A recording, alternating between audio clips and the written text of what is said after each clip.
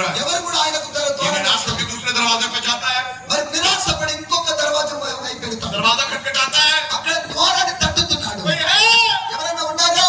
कोई है, ఎవరైనా ఉన్నారా? कोई इसकी नहीं सुनता है। ఎవరు కూడా ఈయన మాట వింటలేదు. दूसरे घर में जाता है, మూడు उनके मालिकों को देखता है, మరి అక్కడ వాళ్ళ యజమానులను చూస్తున్నాడు. कहता मुझे भूख लगी है, అంటున్నాడు నాకు ఆకలి అవుతుంది. ये भूख लगी है।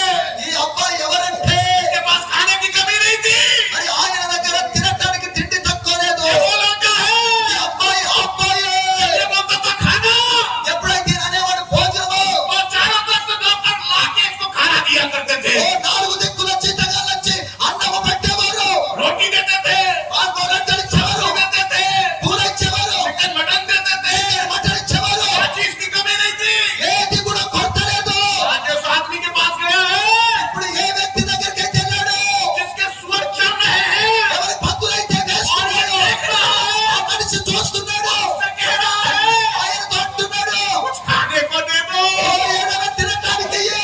ये बेटा जो मालिक था, ఓ ఈ కుమారుడు ఒక యజమానుడు ఉంటే आज ये नौकरों की तरह भीख मांग रहा है। ఓ ఒకప్పుడు యజమానుడుగా ఉన్న ఈ వ్యక్తి జీతగాడిలా భిక్షమడుగుతున్నాడు. सुअरों के मालिक से भूख कर लिए भीख मांग रहा है। భక్తుల యజమానుడితో వ్యక్తి ఆకలి కొరకు భిక్షమడుగుతున్నాడు. मुझे खाने को कुछ दे। ఓ తినటానికి ఏమన్నా ఇవ్వు.